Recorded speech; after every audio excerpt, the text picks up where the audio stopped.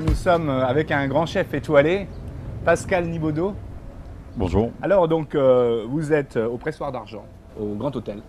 Voilà, ouais, en fait je suis le chef de tout l'hôtel, donc je dirige aussi la brasserie de l'Europe, je dirige l'orangerie, évidemment au Pressoir d'Argent, donc c'est un restaurant gastronomique, une étoile au Michelin, 4 fourchettes, c'est donc le Pressoir d'Argent, c'est la brasserie de l'Europe, grosse capacité de couverts, c'est à peu près 150 couverts par service, 2 fois par jour et tous les jours.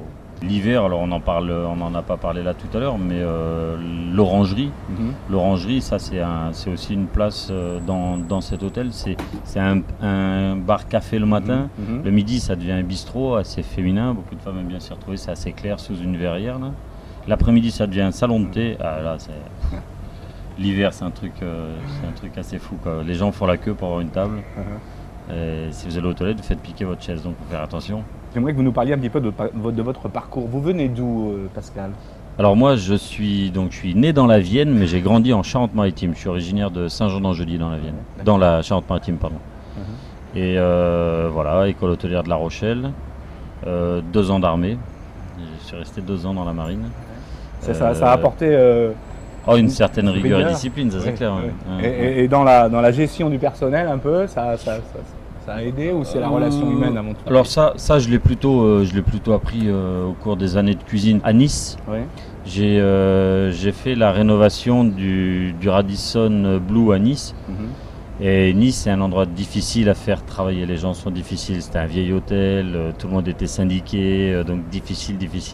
Là, j'ai appris, dans ces années-là, j'ai fait 4 ans là-bas, j'ai appris un petit peu à manier des hommes. Ouais.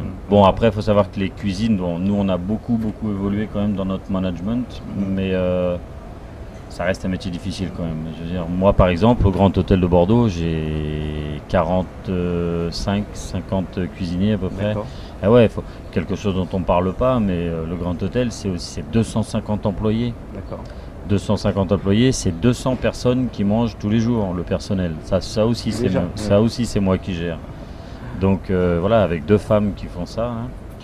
Donc non, voilà, c'est aussi ça, c'est diriger des hommes, ça s'apprend tous les jours. Il n'y a pas de règle. Alors on apprend à manager. Après, le secret, c'est de les faire travailler pour toi, ça c'est clair. Une grande passion pour les fruits de mer. Voilà, une passion pour l'océan, une passion pour le produit de la mer, ça c'est clair. Le produit de la mer, et c'est ce que vous préconisez souvent. Vous travaillez souvent autour des produits de la mer. Alors, le Pressoir d'Argent est un restaurant de poissons. J'ai 2 viandes à la carte par, comment on peut dire ça, par politesse. Par politesse, maintenant le poisson reste mon langage. Le poisson, donc le poisson et fruits de mer, comme vous disiez. Les produits de la mer. Mon passé professionnel le fait, quoi. Donc j'ai travaillé longtemps. Donc j'ai commencé après l'armée, j'ai fait 2 ans chez Hilton en Belgique. Je suis parti en Belgique parce que je ne trouvais pas de travail en France. 2 ans au Hilton Bruxelles. Et là j'ai rencontré un chef qui s'appelle Yves Matagne. J'ai commencé au Radisson SAS. Et là ça a été une histoire d'homme, lui et moi, quand même. Ça a été vraiment lui qui m'a propulsé. À l'époque, ce restaurant s'appelait le Sigrill Jacques Le Divellec. Et le Divellec, c'est un grand maître, c'est le précurseur de la cuisine du poisson en France, quoi. Donc voilà, inventeur de la presse à homard, que j'ai ici, l'une des 5 presses à homard du monde. L'art de la table est très représenté au Pressoir d'Argent. J'ai 6 découpes, je crois, 6 découpes. Le crabe, le bar au sel, le turbo, 2 recettes de homard. En ce moment, j'ai la côte de veau qui se découpe. Et ça, c'est fait devant vous à table. C'est assez. Pour moi, je pense que sur une terre de Bordeaux assez bourgeoise, l'art de la table, ça reste primordial. Alors pour les personnes qui nous regardent et qui veulent ce week-end faire du poisson, qu'est-ce qu'on leur conseille?